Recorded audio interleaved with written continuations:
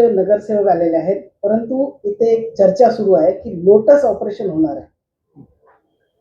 नाही, मला माहित नाही. लोकांनी धडा शिकवलाय तुम्हाला ऑलरेडी. आता हे नायते धंदे करत बसले तर शेण घालतील लोक तुमच्या तोंडात, एवढंच सांगतो यावेळी.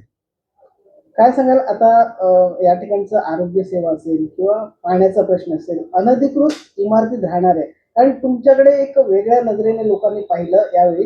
कारण ज्यावेळी विधानसभेच्या निवडणुका झाल्या त्यावेळी तुमच्या इमारती पाडणार नाही सांगून नंतर त्या पाडल्या गेल्या, त्याच्यामुळे तुमची जनतेने निवड केली आहे का, काय सांगाल? नाही, ते खोटं बोलतात हे तर लोकांना कळलंच आहे. लोकांनी 1.5 वर्षात बघितलं काय दिवे लावल्यात. 35 वर्षाचे आरोप करणारे सगळी कामं, पाणी 6 MLD तर 420 MLD म्हणजे किती झालं? 42 कोटी 60 लाखाचं. आम्ही जी पास करून ठेवल्यात जून 8ला 24 मध्ये, त्या कामाची साधी टेंडर नाही काढता आली. MMRDA हॉस्पिटल पास करून घेतलं, 25 कोटीचा चेक आला, त्याचं साधं टेंडर नाही काढता आलं. महानगरपालिकेत पैसे जमा आहेत 10 जुलै 24ला, 2 वर्ष 1.5 वर्षापूर्वी. टेंडर नाही, लोकांना हे बघितलं. आणि हे खोटं बोलतात, सप्ता आणा भाका घेतलेला आहे तिकडे, तुमची बिल्डिंग तुटून देणार नाही. माझ्या कारकिर्दीत कधी झालेलं आहे का? लोकांना ते पण कळते, त्यामुळे विषयच नाही. आम्ही एक तर तुम्ही अनधिकृत बांधकाम होऊन देऊ नये, ते प्रशासनाचं काम आहे. आणि जी गरीब लोक तिकडे राहायला येतात त्यांना बेघर करणं हे चुकीचं आहे. तुम्ही बांधकामच होऊन देऊ नका ना का, तर लोक जातील लिगल मध्ये. तर ते कंट्रोल करू आम्ही आणि यांना दिलासा देऊ. माडामधून जो रिडेव्हलपमेंट किंवा हाऊसिंगचं झालेलं ती कामं आम्ही घेऊ. लोखंडे साहेब माडाचे CEO असताना जे पास करून घेतलेलं ती कामं आम्ही मार्गी लावू. स्वतःच सेल्फ रिडेव्हलप करायचं असेल 30-40-50 वर्षापूर्वीची इमारत, तर ठाणे जिल्हा बँकेतून काही सोसायटीना आम्ही ऑलरेडी दिलेलं आहे लोन, ठाणे जिल्हा बँकेतून, का त्यांनी स्वतः डेव्हलप करावी आणि त्या सोसायटीनी रिपेमेंट करावं. ते करू आम्ही. राजन नाईकने हे देखील सांगितलंय की आम्ही 1 जागेवरून 44 जागाला आलो म्हणून आम्हाला लोकांनी नाकारला नाही. नाही, मी कुठे काय बोललो, पण त्यावेळी 1 जागा होती, त्यावेळी तुमचा आमदार नव्हता, खासदार नव्हता. आज सगळे आहेत ना तुमचे, आज सगळे आहेत ना.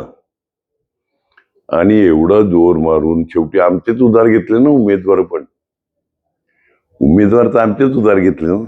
पश्चिम किनारपट्टीवरती वसईमध्ये आपण बघितलं तर तुम्ही भाजपाला एंट्री पण दिली नाही, तर ते घर तुम्ही कसं जोडवलं?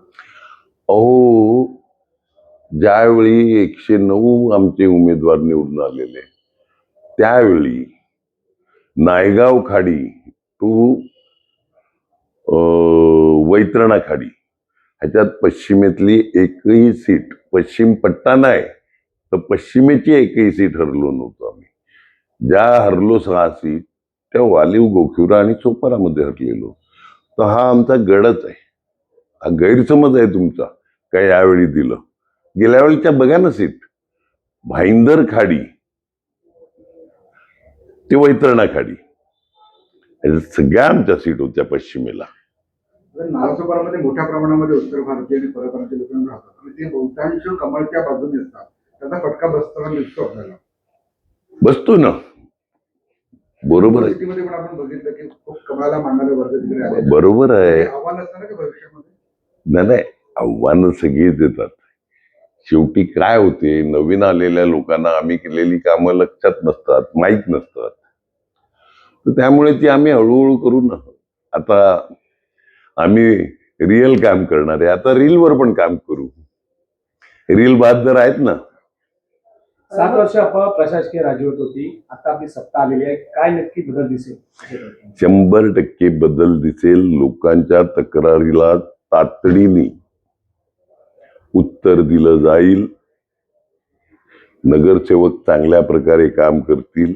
समजा कुठे कमी पडला नगरसेवक, तर मी बसलेला आहे, क्षितिज बसलेला आहे, राजेश पाटील बसलेले आहेत, बळीराम जाधव बसलेले आहेत. आम्ही करू ते. या ठिकाणी दर निवडणुकीत पाण्याचा मुद्दा असतो, पाणी भरतं, यावरती तुम्ही काय उपाययोजना करणार आहात? कारण होल्डिंग पॉईंट अजूनपर्यंत झालेला नाही. आम्ही IIT-ला दिलेलं होल्डिंग पॉईंट शासनाने आमच्या ताब्यात दिलं तर होल्डिंग पॉईंट पण करू आम्ही. लोकांची मुक्तता होईल का पाण्यातून? करू ना. किमान कमीत कमी त्रास होईल एवढं नक्की करू.